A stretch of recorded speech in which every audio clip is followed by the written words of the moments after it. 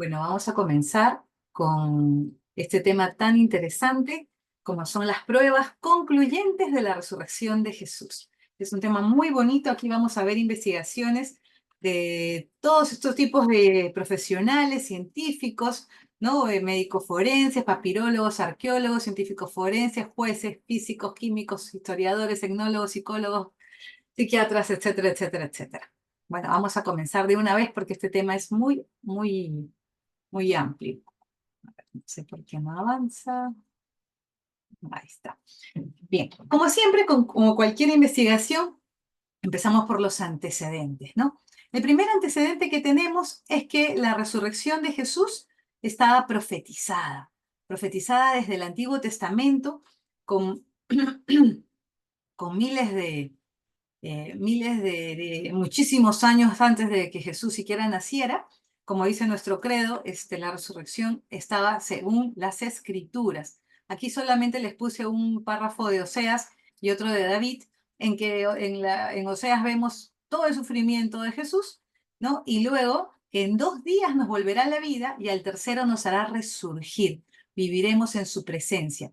Y aquí en David que nos habla que no va a dejar a su siervo ver la región de los muertos, ¿no? También aquí, si quieren, tómenle foto a esta pantalla, tenemos que nos habla de su reino eterno, ¿no? Y si hay un reino eterno, pues tiene que haber un rey eterno también, ¿no? También nos habla en esto de Samuel, Isaías, Jeremías, Miqueas, Malaquías, etcétera, ¿no? Entonces, siguiente.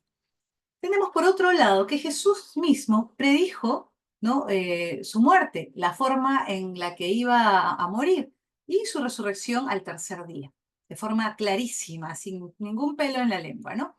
Como dice aquí en un pasaje del Evangelio, comenzó a enseñarles que el Hijo del Hombre debía padecer muchas cosas y ser rechazado por los ancianos, los principales sacerdotes y los escribas, y ser muerto, y después de 3 días resucitar. Doy mi vida para recobrarla de nuevo, dijo.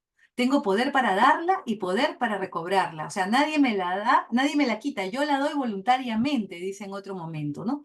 También lo dijo de forma indirecta: destruyan el templo de Dios y en 3 días lo levantaré. Solo se les dará la señal de Jonás, ¿no? Que estuvo 3 días y 3 noches en el estómago de la ballena y luego fue vomitado en la playa, ¿no? Y también los enemigos de Jesús le dicen a Pilatos: nos acordamos que cuando aquel engañador aún vivía, dijo, después de 3 días resucitaré. Por eso es que ellos mandan o piden a Pilatos que ponga guardias en la tumba, ¿no?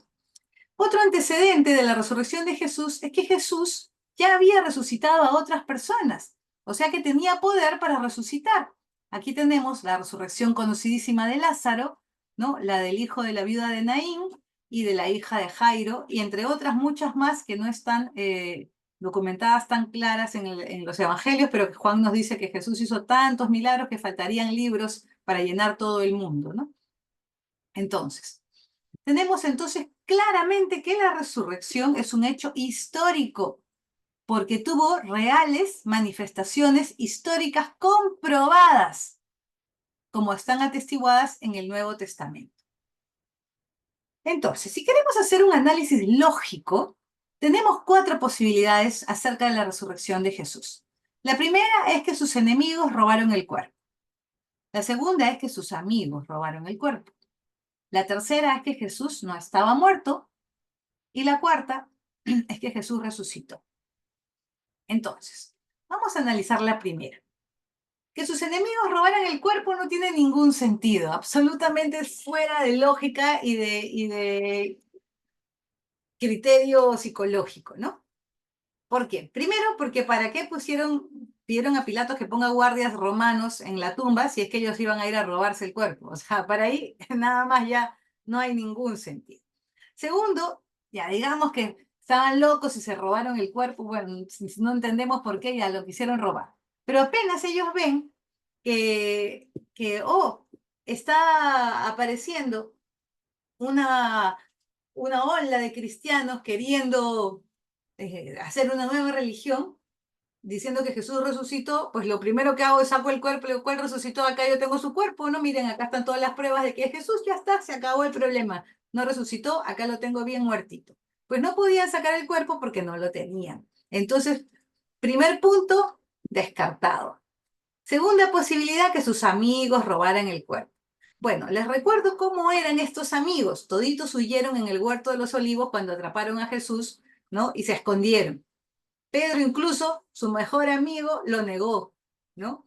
El único que estaba ahí era Juan, pero estaba tranquilito, sin hacer problemas ni nada, porque pues era muy, muy joven, etcétera, ¿no? Y ninguno de ellos tenía armas, ni era soldado, ni nada como para enfrentarse a la guardia romana que estaba cuidando el sepulcro, ¿no? Entonces, por ese lado, psicológicamente descartado que tuvieran valor siquiera para robar el cuerpo, aparte que estaban desesperanzados, con un dolor enorme porque acababan de matar a su maestro, pues, ¿no? Estaban de duelo, de luto, ¿con qué fuerzas se iban a levantar a pelearse? O sea, nada, estaban ahí derrotados.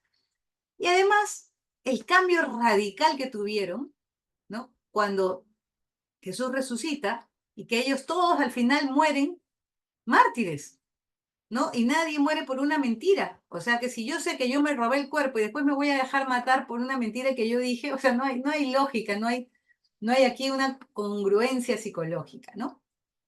La tercera posibilidad, que Jesús no estaba muerto, sino que despertó, ¿no? Después de haber sido flagelado, ha estado en la cruz colgado, se levanta, vence, mueve la piedrota, vence a los soldados y se desvanece de la historia, ¿no? Entonces, eso es tan inverosímil, pero no me crean a mí, sino créanle al doctor en medicina, Alexander Metrehel, que hizo una investigación sobre la muerte de Jesús. Él es un erudito en la materia y nos dice que los que creen que Jesús no murió tienden a ignorar que Jesús fue flagelado antes de la crucifixión. Y aquí está el flagelo romano, ¿no? Con su mango de madera, sus látigos de cuerdo resecados al sol, o sea que bien rico deben haber dolido y nos deben haber quemado la espalda, ¿no? Y además, en las puntas tenían estas bolas de acero, fragmentos de hueso, incluso algunos como ganchitos, que al caer en la espalda o en las partes del cuerpo, rasgaban las carnes, ¿no? Era una cosa, una tortura terrible, ¿no? Aquí con una advertencia para los que son muy sensibles, no miren la siguiente imagen. Tenemos aquí cómo quedó el cuerpo de Jesús por delante y por detrás después de la flagelación, ¿no?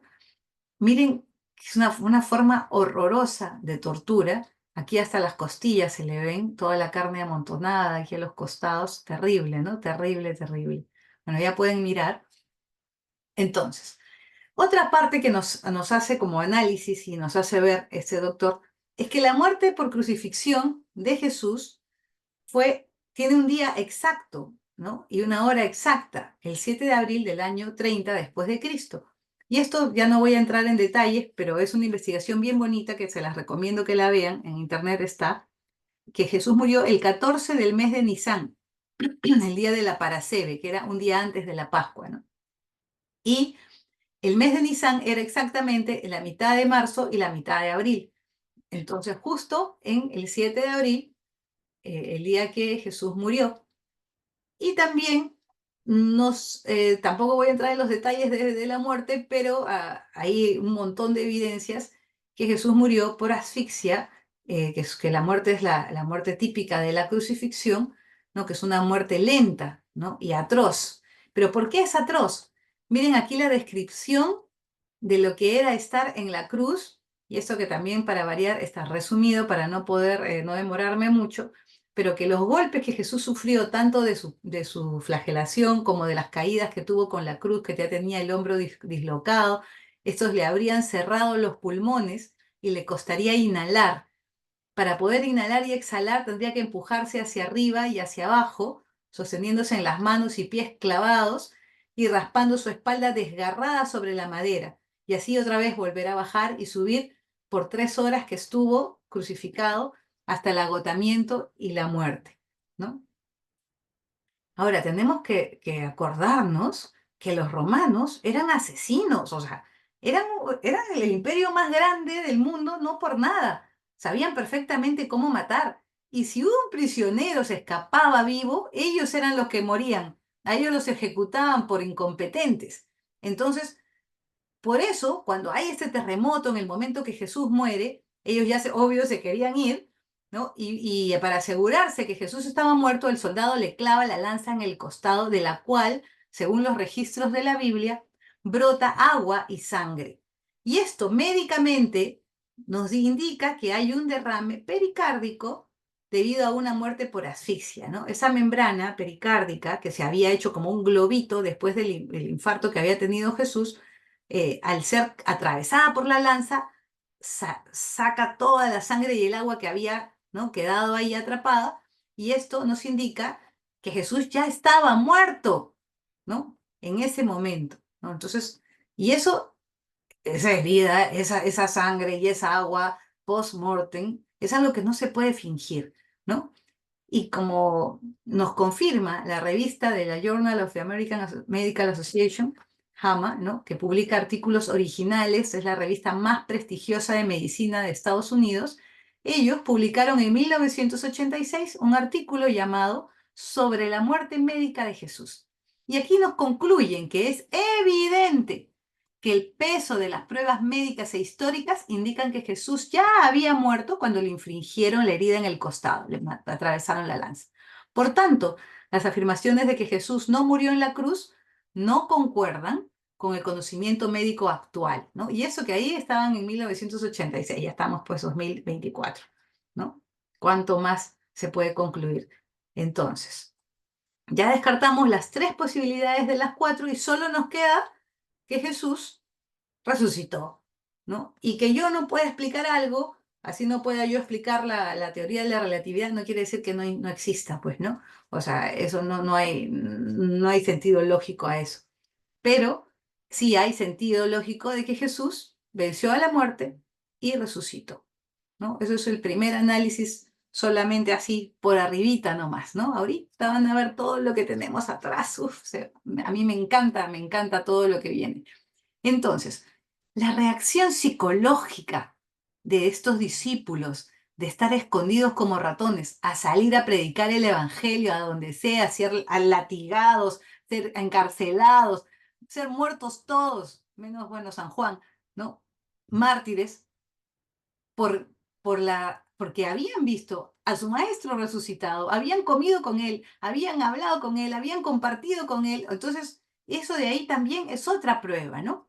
Y analizando aquí a nuestro querido San Pablo, que era el mayor enemigo de los cristianos, que los perseguía, es más, había pedido permiso para ir a atraparlos a todos y traerlos presos, ¿no? Y en el camino, pues Jesús se le aparece y le dice, ¿por qué me persigues? Y bueno, ¿no? Todos conocemos la historia que Pablo se convierte y se vuelve uno de los apóstoles más, ¿no?, de los testigos más grandes de Jesús, ¿no? Y él nos da este flash informativo en su carta a los Corintios. Él, recibiendo el credo de Pedro directamente de los apóstoles, solamente 20 años después de la muerte de Jesús, según Gary Habermas, que es un historiador, filósofo muy investigador de todo el Nuevo Testamento, en el año 56, Pablo escribe la carta a los Corintios. Jesús había muerto en el año 33, ¿no? Entonces, en el 56, solamente 20 años después de su muerte, escribe: porque les transmití en primer lugar lo que a mi vez recibí, que Cristo murió por nuestros pecados, que fue sepultado y que resucitó al tercer día según las Escrituras, que se apareció a Cefas, o sea, a Pedro, y luego a los 12, ¿no? Entonces también menciona, y aquí, ojo, bien importante esto, que muchos de los que vieron a Jesús resucitado están vivos. En otras palabras, si no me creen a mí, vayan y pregúntenles a ellos. Porque en ese momento que Pedro estaba escribiendo la carta a los Corintios, muchos de los testigos seguían vivos. Entonces aquí estamos hablando justamente como si fuese un flash informativo. En este momento les estoy explicando a nivel histórico, ¿no?, lo que acaba de pasar con Jesús de Nazaret. Si a mí me dicen, no, que fue una leyenda, a ver, un momentito. Según las investigaciones de Oxford, para que haya una leyenda tienen que haber pasado 2 generaciones. Aquí estamos hablando de que la gente seguía viva en ese momento. Así que más y mejor fuente que esta sobre la resurrección de Jesús, no hay, no hay. O sea, no me pueden hablar a mí de todos los escritos históricos que sean mejores o más grandes como vamos a ver ahorita. O sea, no, no hay, no hay. ¿Ya? O sea, aquí estamos hablando realmente de algo súper, súper importante. Así también Gary Habermas nos dice, ¿no? Él escribió el libro Se levantó Cristo de los muertos, ha debatido con ateos famosos y siempre lo deja pues dando vergüenza porque se quedan sin argumentos. Y él nos dice, para probar que Jesús resucitó, puedo valerme de dos aspectos. Probar que Jesús murió, ya lo probamos, y probar que fue visto luego vivo, ¿no? Entonces, pues, existen registros que datan de meses nomás después que Jesús murió, que afirman que lo vieron vivo, caminando, comiendo, incluso se apareció a 500 personas. 500 personas ya, pues esto es demasiadas personas juntas para decir que no hay testigos, ¿no? Entonces, si alguien dice, no, pues es que eso fue sugestión en masa, pues aquí escuchemos a la doctora Roberta Waters, presidenta de la Asociación Americana de Psicoanalistas, médica psiquiatra de la Universidad de Bordeaux y sobre todo agnóstica, o sea que ni afirma ni niega la existencia de Dios. Ella descartó la sugestión en masa porque estos 500 testigos eran demasiados para que haya sido una sugestión. Asimismo, las alucinaciones rara vez son vistas por más de 8 individuos y menos durante un largo periodo de tiempo, ¿no? Y por último, mucho menos involucran a un enemigo de la persona, ¿no? Me sugestiono si es que yo estoy creyendo ya demasiado, medio fanáticamente. Entonces, un enemigo no puede creer así, ¿no? Y por otro lado dice, no es posible convencer a tantas personas de algo así, salvo que sea cierto. Miren lo que nos dice esta psiquiatra, ¿no? Agnóstica, salvo que sea cierto. Ahí nomás podríamos parar esta investigación y decir, bueno, aquí ya tenemos suficientes evidencias, pero no, porque tenemos muchísimas más. Entonces, si analizamos los testigos del Nuevo Testamento, ¿no? Que estas personas que escribieron el Evangelio de San Marcos, ¿no? El Evangelio de San Mateo, San Lucas, San Juan, que los Hechos de los Apóstoles, etcétera, y todas las cartas, ya bueno. ¿Cómo eran ellos? ¿Eran dignos de confianza o no? ¿Cómo decido si creo o no en el testimonio de una persona? Más aún si está muerta. Pues me puedo basar en su contenido de los escritos y los testimonios de las otras personas que decían acerca de ellos. Y a lo que concluimos es que estos tenían muy buena reputación, sus escritos son coherentes, no parecen ser inventos de hombres inestables y tienen alto nivel moral y espiritual, y las vidas de estos hombres están totalmente consagradas a Dios, al honor de Dios y a la verdad. Díganme, ¿pueden haber personas más confiables que estas? Yo diría que no. ¿Y qué podemos hablar sobre las diferencias en los detalles cuando narran la resurrección? Por ejemplo, Mateo coloca a María Magdalena y a otra María en la tumba. Marcos añade a Salomé. Lucas dice que también estaba María, la madre de Santiago, y una mujer llamada Juana. Ah, entonces ya pues, no hay que creer en la resurrección porque no se ponen de acuerdo con qué mujeres estaban. Cada uno puso diferentes mujeres. Pues, oh sorpresa, estas diferencias no molestan a los investigadores, porque el núcleo de la historia es el mismo en los 4 evangelios. ¿Qué quiere decir? Que los 4 coinciden en que después que colocan a Jesús en la tumba, un grupo de mujeres va a embalsamarlo y el cuerpo de Jesús no está. Incluso en los juicios de ahora, cuando se interroga a diferentes testigos, nunca se espera que los detalles secundarios sean iguales. Al contrario, se esperan diferencias pequeñas entre cada testimonio, en los detalles sobre todo, ¿no? Y que el relato básico sea el mismo. Es más, si hay mucha coincidencia, ese relato es sospechoso, ¿no? Entonces aquí tenemos claramente que estos testigos son fiables, que los relatos son creíbles.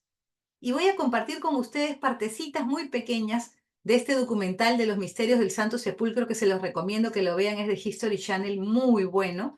Lamentablemente dura 2 horas y no puedo demorarme todo ese tiempo, pero voy a compartir algunas partecitas. Y comenzamos con los evangelios, ¿no? Cómo los textos de los evangelios son los más verídicos del mundo.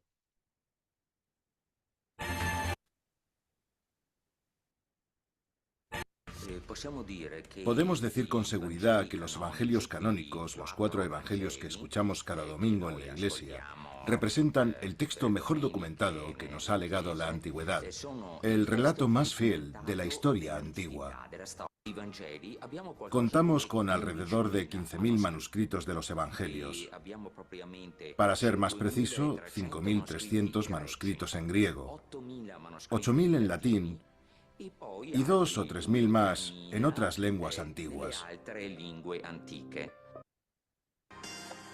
Es un factor fundamental para determinar su fiabilidad, ya que cuanto menos distancia temporal haya entre los autores y los hechos que cuentan, mayor será la probabilidad de que sea un relato verídico.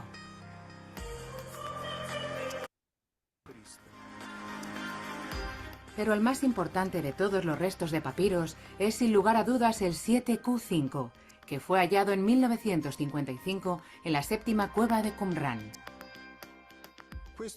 El padre José O'Callaghan identificó este fragmento como parte del Evangelio de San Marcos y lo fechó sobre el 50 después de Cristo. Se trata de una fecha próxima a la muerte de Jesús y al relato del manuscrito. De confirmarse la hipótesis del padre O'Callaghan, que falleció en 2011 tras haber sido papirólogo y profesor en la Facultad de Ciencias Bíblicas del Pontificio Instituto Bíblico de Roma, estaríamos ante un hecho extraordinario. Si el Evangelio de San Marcos fue escrito hacia el año 50 después de Cristo, y este fragmento apunta a que por entonces hubo ya una copia completa del texto sagrado, habría que colegir que esa copia partía de otro manuscrito quizá más antiguo, y que tal vez hubiera ya un Evangelio de San Marcos en los años 40. Si es así, lo que leemos en este Evangelio, y en especial todo lo que gira en torno a la muerte y resurrección de Jesús, sería un relato histórico de enorme verosimilitud. Pero la muerte y resurrección de Jesús no solo se mencionan en los Evangelios. Ok. Entonces, ¿de qué nos están hablando aquí? Nos están hablando justamente de la antigüedad de los evangelios, ¿no? Y nos hablan de varios papiros que hay, los más antiguos que están en Europa, en algunas ciudades repartidos por ahí en Francia, en España, etc.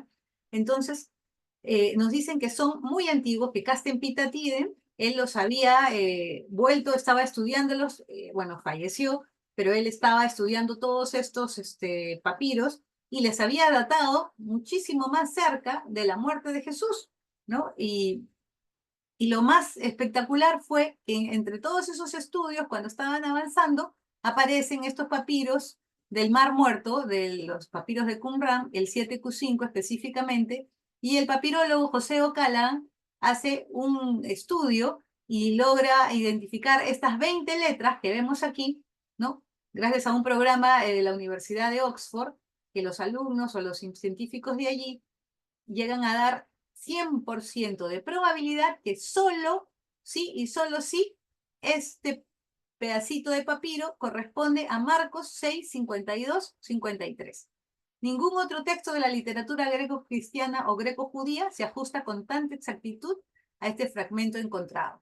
Y esta es la copia de otro, o sea, quizás, digamos, el original, ¿no? Si este está en el año 50, quiere decir, ¿no?, que antes ya había, por eso dicen en el año 40, muy probablemente ya estaba el Evangelio de San Marcos, ¿no? Y acá ponemos en el 20 aquí a la carta de los Corintios de San Pablo, ¿no? Entonces también tenemos aquí que Juan estaba antes del año 70, porque el análisis que hizo Casten Pita Tiden decía que aquí Juan habla de Jerusalén y da a entender que todavía no la habían destruido ni nada, ¿no? O sea que la destrucción fue en el año 70, entonces no, hasta aquí no se sabía nada de la destrucción, por lo tanto, este evangelio tuvo que ser escrito antes del año 70.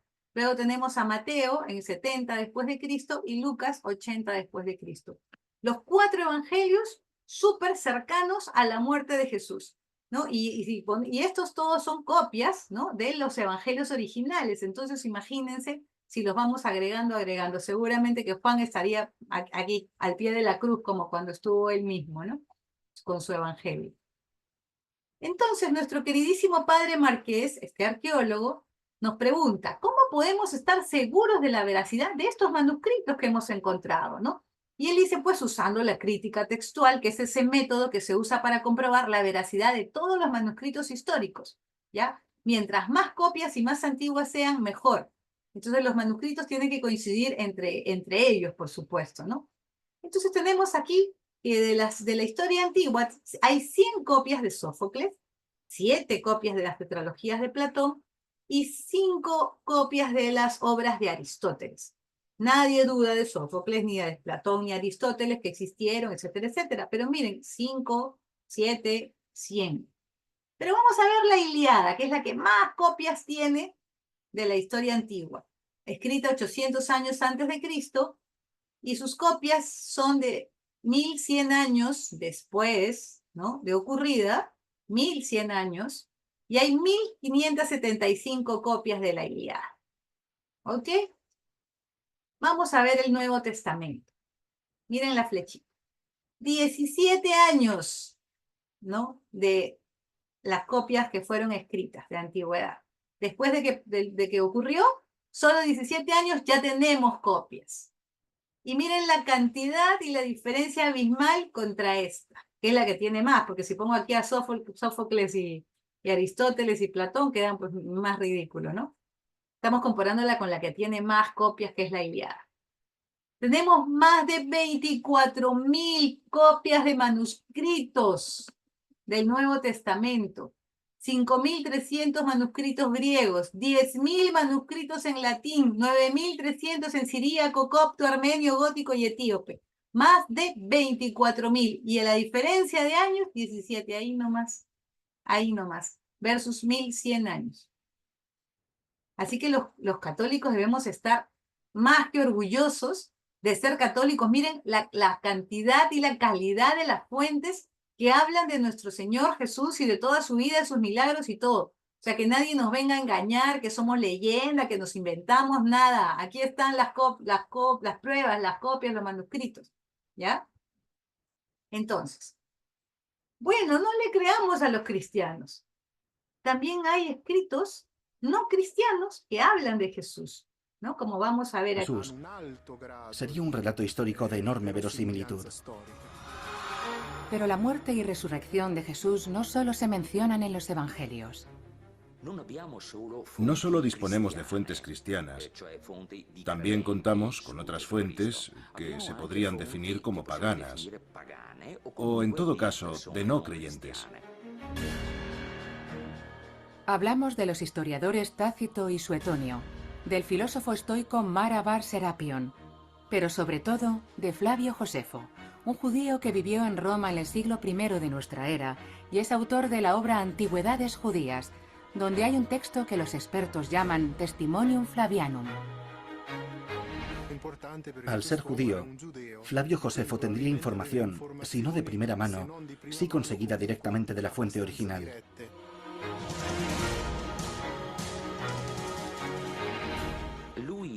En su escrito cuenta que hubo un hombre llamado Jesús, que era una persona sabia y que llevó a cabo obras maravillosas y extraordinarias, que fue condenado a muerte por aquellos que lideraban al pueblo y que al tercer día resucitó de entre los muertos y se apareció a sus discípulos.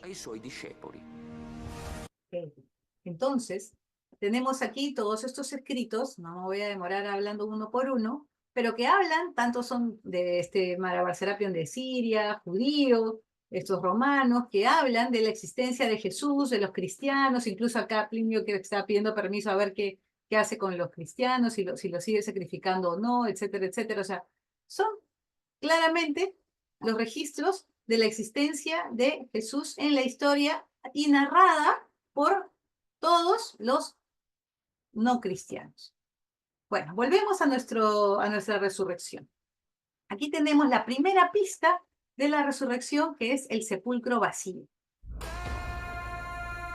Lo que nos cuentan los evangelios es que el domingo de Pascua, María Magdalena, María, la madre de Santiago, y Salomé acudieron por la mañana temprano a la tumba y descubrieron que el cuerpo de Jesús había desaparecido. Presa del pánico, la Magdalena corrió a decir a Pedro y a Juan que habían robado el cuerpo del Señor. Ambos entraron en el sepulcro y Juan inmediatamente supo que Jesús había resucitado. Según las Escrituras, Juan vio y creyó. ¿Por qué? ¿Qué es lo que vio para estar tan convencido? ¿Qué vio? Vio el sudario y las vendas que cubrían el cuerpo enrolladas en un lugar aparte. Y entonces vio y creyó.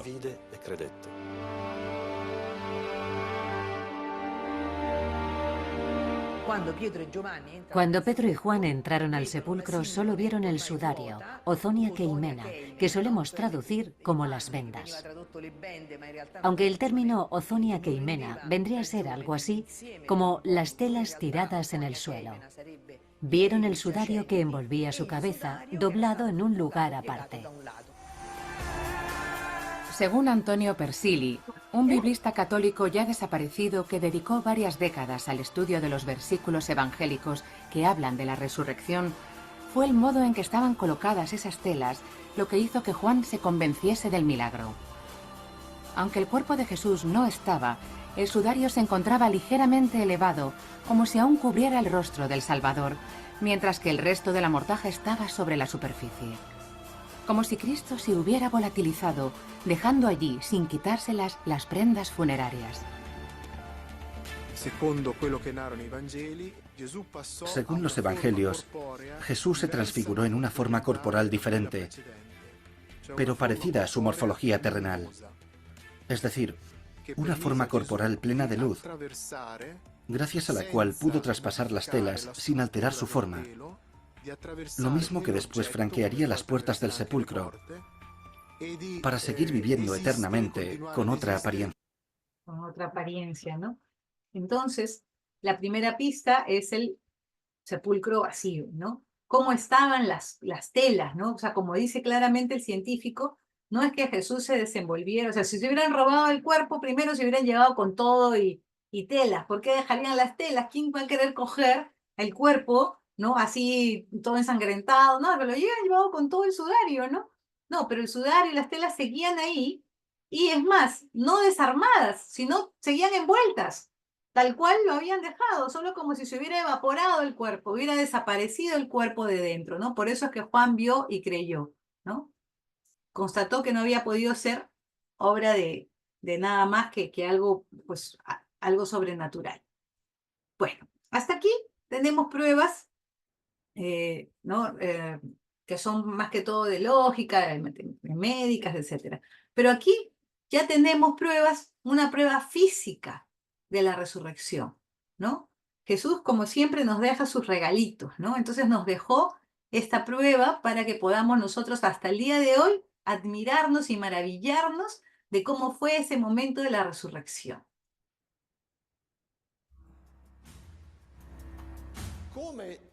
¿Cómo podemos demostrar empíricamente la resurrección? Quiero decir que si realmente ocurrió, ¿hay alguna prueba física que podamos estudiar analizando algún vestigio de la historia? ¿Qué hallazgos podríamos examinar? Uno de ellos es la sábana santa de Turín. Custodiado en la Catedral de Turín, el Santo Sudario es una tela de lino que mide aproximadamente 4,41 metros de largo por 1,12 de ancho. La imagen que muestran el haz y el embés del sudario sugiere la figura de un hombre de unos 30 años, fornido, con pelo largo y barba. La rigidez del cuerpo y la herida del costado de la que emanaron sangre y agua indican que el cadáver silueteado en la síndone fue amortajado en ese trozo de tela tras sufrir un terrible martirio. El hombre que debió de envolver ese sudario padeció la tortura, y más concretamente, la tortura del martirio de nuestro Señor en la crucifixión. Según la tradición, se cree que la sábana santa de Turín es la tela que cubrió el cuerpo de Cristo tras su muerte y en el mismo instante de la resurrección. Durante siglos, el sudario recorrió un trayecto que va de oriente hasta occidente, de Jerusalén a Edesa, la actual Sanliurfa en Turquía, y de ahí a Constantinopla hasta llegar a Europa. Los restos de polen de varias plantas que se han identificado en el tejido confirman el origen oriental del santo sudario. Se ha registrado polen de más de 70 plantas diferentes en la síndone. Y lo más interesante es que más de la mitad de ellas no existe en Europa, pero sí son muy comunes en Oriente Próximo. Hay alguna particularmente singular, como la Zygophyllum dumosum, que solo crece en la península del Sinaí y en ningún otro lugar.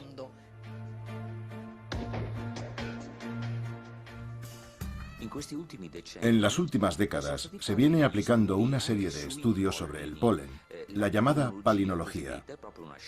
Se siguen los patrones de esta nueva ciencia que debemos a Frey, un criminólogo suizo que dedicó mucho tiempo al análisis de los restos de polen encontrados en la sábana santa, hasta dar con un descubrimiento sorprendente.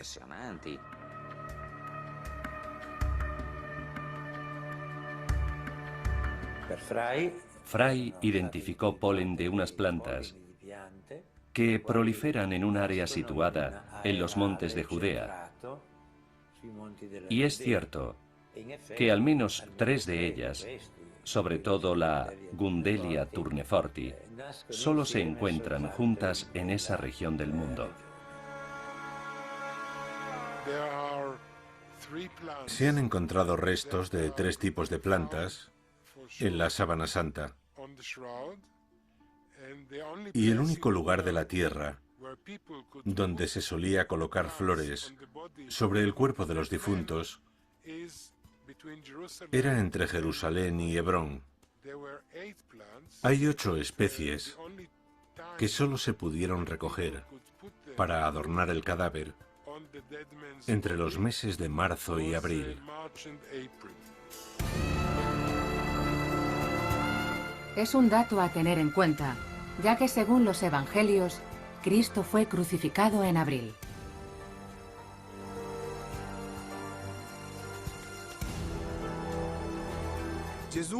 Presumiblemente, Jesús murió el 7 de abril del año 30 después de Cristo. No hay otra figura en la historia de la que podamos tener más certeza, ¿no?, de su muerte. Entonces, aquí la sábana santa, que es la tela en la que envolvieron a Jesús, pues una de las telas que vio San Juan cuando entró al sepulcro vacío, la que no se llevó Jesús cuando resucitó, ya no la necesitaba, ¿no?, quedó marcada en el momento de la resurrección con la imagen de Jesús, tanto por adelante como por atrás. Las manchas de sangre continúan ahí, o sea, todo está ahí, ¿no? Y lo que nos sorprende ahorita, y queremos recalcar, es que estas flores tan aparentemente, pues, insignificantes que pusieron en el sepulcro de Jesús, están dando también una prueba, ¿no?, contundente de que ese es el sudario que envolvió a Jesús. A ver, flores que solamente existen en Jerusalén y Hebrón, ahí donde murió Jesús, en Jerusalén. Flores que solo florecen en el mes de marzo y abril, en el mes que Jesús muere, abril, ¿no? Y además, que en el único lugar donde se ponían flores a los muertos era en Jerusalén. O sea, por favor, ¿no? O sea, hay que ser, pues, ciego para no darse cuenta de todas estas cosas, estas maravillas que nos deja Jesús, ¿no? Y también tenemos aquí un poquito del sudario de Oviedo, que es la tela con la que cubren a Jesús en la cabeza antes de bajarlo, ¿no?, para poder sostener su rostro. Y al ver a Jesús que está crucificado, esta tela absorbe bastante restos de sangre y agua que caen de su nariz y su boca, ¿no? Vamos a mirar aquí, caramba. Perdón. Bien, ahora sí. Algunas investigaciones apuntan a que el rollo de tela que compró José de Arimatea no solo se empleó para tejer el sudario, sino también el resto de retales que envolvían el cuerpo de Jesús, a excepción, tal vez, del paño que le colocaron en la cabeza cuando lo bajaron de la cruz, como dice el Evangelio de San Juan. Coincide perfectamente los orificios nasales y la boca con las distintas salidas de líquido. La sangre que tenemos en la parte frontal, en la parte del rostro, es sangre que ha salido post-mortem, está mezclada con líquido pulmonar. Entonces, aquí está el sudario de Oviedo con las manchas de sangre y agua y líquido post-mortem, ¿no? Después de muerto, que los científicos forenses, pues ellos ven y dicen, ah, pues aquí esta es la nariz, la boca, o sea, yo veo una mancha y ya está, ¿no? Me imagino que ustedes igual que yo. Y aquí tenemos el rostro de Jesús en la sábana santa de Turín, ¿no? Que es la grandota que cubre, en la que quedó marcado el cuerpo de Jesús, todo su rostro, etcétera, ¿no? Cuando superponemos ambas, miren lo que pasa. Claramente coinciden las manchas de sangre y líquido post-mortem con el rostro del el que estaba en la sábana santa. Entonces aquí podemos decir que esta sábana santa, el sudario de Cristo, y este lienzo de Oviedo, el sudario de Oviedo, son o cubrieron a la misma persona, ¿no? A Cristo mismo. Entonces, por otro lado, se encontró tierra en ambos sudarios, tanto en el de la sábana santa como en el de Oviedo. En nuestro equipo contamos con un arqueólogo que ha estado 17 años investigando y excavando directamente el Santo Sepulcro en Jerusalén. Conoce perfectamente la composición química, es un terreno calizo, muy rico en aragonito, y esa composición química es exactamente la que hemos encontrado en la zona especialmente de la frente de lo que sería el sudario de Oviedo. Según el dogma cristiano, Jesús cayó y se levantó 3 veces en su subida al Calvario. Si esto es cierto, su rostro podría haberse manchado con la tierra de Jerusalén durante esas caídas. Impregnado con sangre, con sudor, pudo quedar ahí y una vez aplicado el sudario de Oviedo, pues simplemente hubo una transferencia de material inorgánico. Sería algo semejante a la sábana santa de Turín, en la que también han encontrado restos de tierra. Entonces, es la misma tierra que hay en Jerusalén, que también está presente tanto en el sudario de Oviedo como en la sábana santa, ¿no? Ahora nos dice que se encontró también sangre humana. Podemos ver restos de sangre, por ejemplo, en la zona de los pies del anverso, y heridas ocasionadas por clavos en la misma zona del reverso. También hay rastros de heridas en los brazos, en concreto en las muñecas. No hay duda de que la sangre de la tela es humana. Se comprobó que efectivamente las manchas de sangre corresponden a sangre y sangre humana. Incluso se estableció el tipo de sangre AB. Se trata de sangre masculina. Hemos obtenido los cromosomas X e Y. La sangre está muy deteriorada porque es muy antigua. Ya sangre humana del tipo AB, que es el mismo tipo de la sangre que hay en los milagros eucarísticos, ¿no? De las hostias que han sangrado, ¿no? En los restos de tierra, y es con los cromosomas masculinos, en la misma, ¿no? Esta imagen que tiene la misma, o sea, acuérdense que la sangre está en las heridas, pero no es la que hace la imagen. Yo antes también creía que la imagen se hacía por la sangre, pero no, la imagen está hecha de forma diferente, como flotando en la tela, ¿no? Vamos a ver aquí también qué otras cosas podemos apreciar en la sábana santa, ¿no? Se ven los latigazos y las marcas de corona de espinas. Entonces uno dice, ya, ok, casi varios crucificados también los latigaban, pero a ver un ratito, al único que le pusieron corona de espinas fue a Jesús. ¿Por qué? Porque a él lo acusaban de decir que era el rey de los judíos, entonces por eso incluso estaba en su cruz, ¿no? El rey de los judíos, ahí crucificado, ¿no? Entonces, ¿por qué? Por eso le pusieron la corona de espinas. Y Qué coincidencia que en esta sábana santa hay marcas de la corona de espinas, como vamos a ver. El hombre del santo sudario fue flagelado, y el número de latigazos que recibió está en consonancia con lo que cuentan los evangelios, pues supera con creces la cantidad que se infligía a cualquier otro condenado a muerte del que se tenga noticia histórica.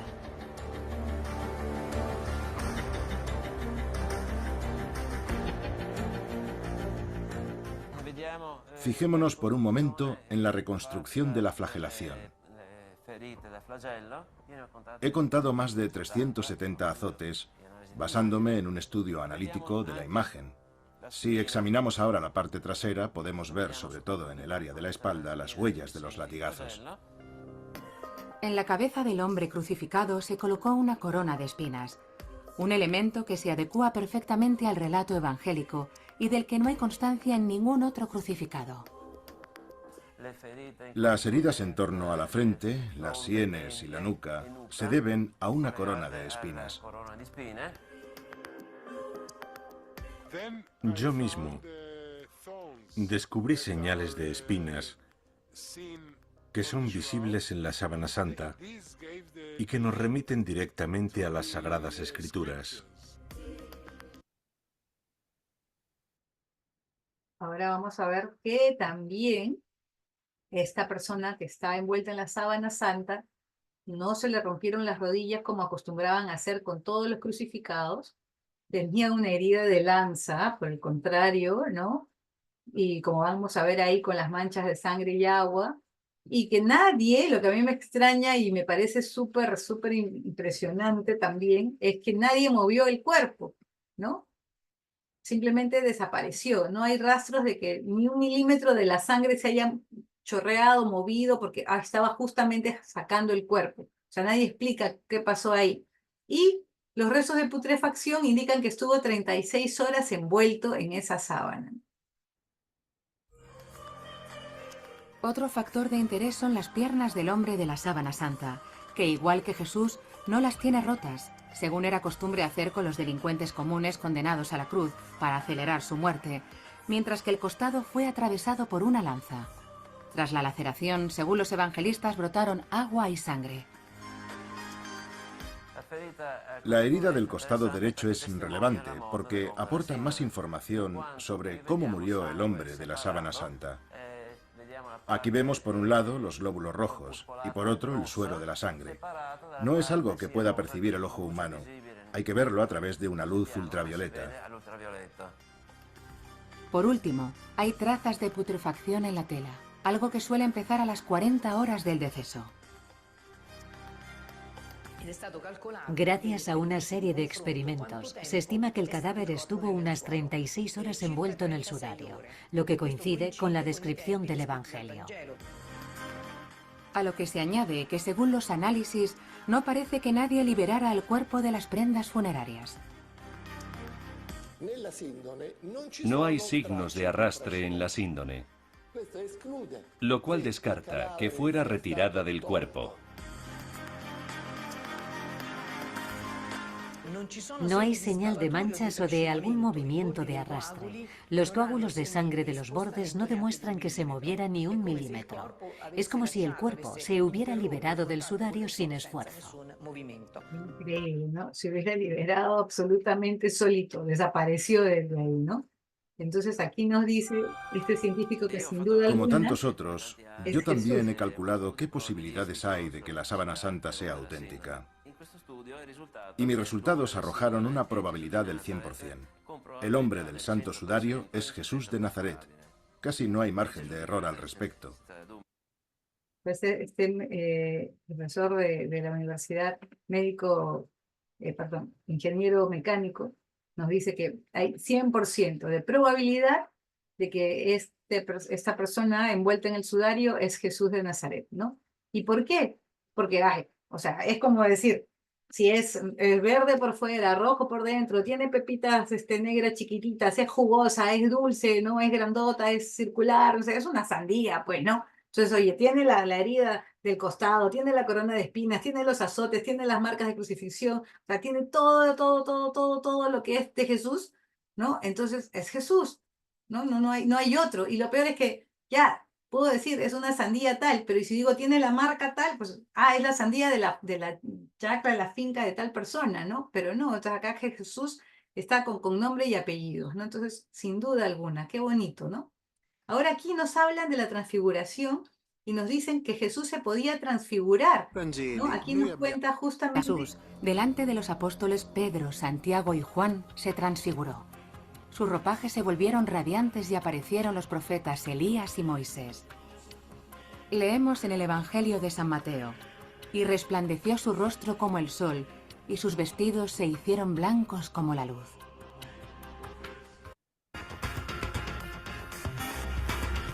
Aquí nos explican que esa capacidad de Jesús de transfigurarse y ser un ser de luz podría ser tranquilamente, ¿no? Que él botara esa misma luz para grabar esa imagen en el Santo Sudario, ¿no? Exploración similar a la del Santo Sudario.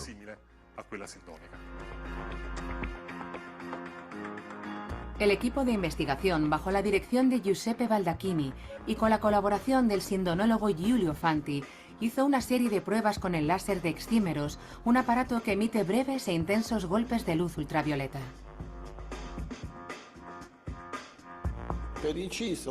Que quede claro que en Frascati disponemos de láseres de excímeros que están entre los mejores no solo de Italia, sino de toda Europa.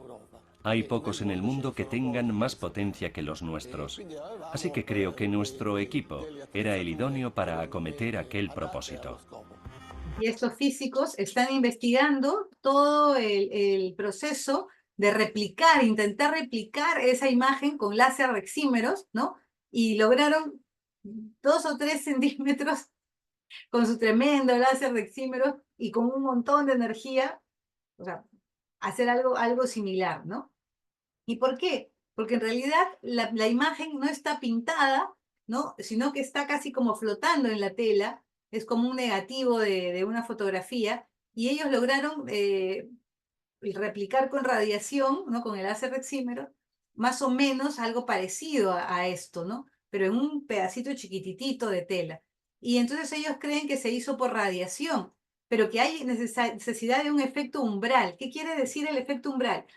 Que si yo pongo para poder hacer esta imagen una cantidad un poquito más grande de la que debería, se me quema toda la tela. Pero si yo pongo una cantidad inferior, no va a grabarse nada de imagen. Entonces, para que de casualidad se haya grabado esta imagen tan completa y tan detallada, pues es algo imposible, ¿no? O sea, científicamente imposible, ¿no? Se necesita una cantidad exacta de energía, ¿no? Entonces, estos científicos que saben lo que eso significa, es imposible haber falseado esto, ¿no? Las investigaciones descartan la posibilidad de que la imagen sea una pintura. Menos probable aún es que se deba a la putrefacción o a la sangre, ya que no hay rastros de descomposición en ella y la sangre solo aparece cerca de las heridas. De ahí la teoría de la radiación.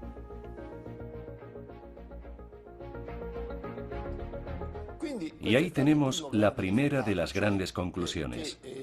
En pocas palabras, si la hipótesis de la radiación es correcta, un brevísimo destello de luz pudo haber generado la imagen de la sábana santa.